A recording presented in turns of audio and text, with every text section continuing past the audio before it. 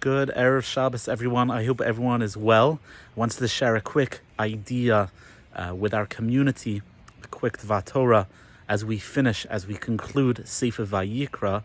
One of the last laws that is shared with us in the book of Vayikra are the laws of the Shemitah cycle. That once every 7 years, the land in Israel needs to lay fallow, it needs to be unworked, it needs to rest, similar to a Shabbos. 6 days of the week we work, the 7th day we rest. So too the land 6 years needs to be worked, and the 7th year needs to rest. The Torah says this explicitly, in fact, right? The normal way, according to the Torah, that agriculture works is Sheish Shanim Tizra Sadecha. 6 years you should work your land, and in the 7th you should have a Shemitah year. You shall have a year of rest. Rav Moshe Feinstein says something quite magnificent. Why does the Torah tell us that you have to work your field for 6 years? What does it add? Why? We know that already. We know that we have to earn a living. We know that we have to bring an income in, that we have to have a salary. And we've learned that in very significant ways in recent weeks. So why does the Torah state something that we already know, state the obvious? Sheish shanim tizra sadecha, 6 years you shall plant seeds in your field. What does the Torah add by mentioning that? Rav Moshe Feinstein suggests that it gives us context to the work that we do outside of what we perceive to be Kedusha. One could certainly make the case that the Shemitah year, a year that's dedicated to building and solidifying your relationship with God, outside of your profession, outside of the income that you earn, one could make the case that the Shemitah year is the most holy of years.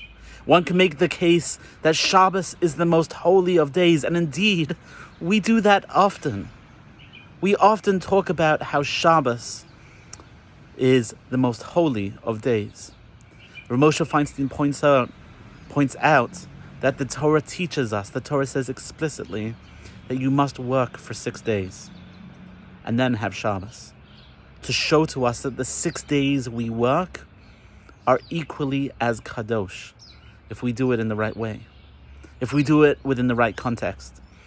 He says this idea applies to Shemitah as well. The 6 years of working the land, the 6 years of trying to earn a living as a farmer or as whatever you are 6 holy years in preparation for Shemitah. As we continue to find ourselves in this status of staying at home, of not having shul, because we're not ready yet.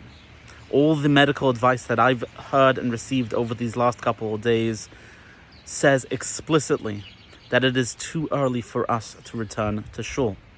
It's just not safe right now yet.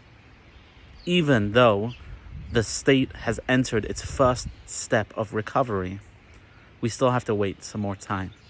That being said, the time that we put into preparing, into getting ready for that moment where we do get to return, to getting ready for that Shemitah experience where we put aside the 6 years of work, the 6 years of toil, the 6 years of trouble to a certain degree, and we get ready for our Shemitah year, we have to think and consider the advice, the guidance of Rav Moshe Feinstein, who says you have to find the Kedusha, you have to find the sanctity in this time.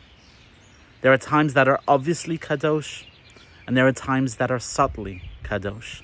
Right now we find ourselves in a subtly kadosh time where we don't have shul, where we don't have services, where we don't have tefillah b'tzibor, tefillah in a community, and yet we have to insist upon discovering the sanctity within our isolation. Wishing everyone a wonderful Shabbat.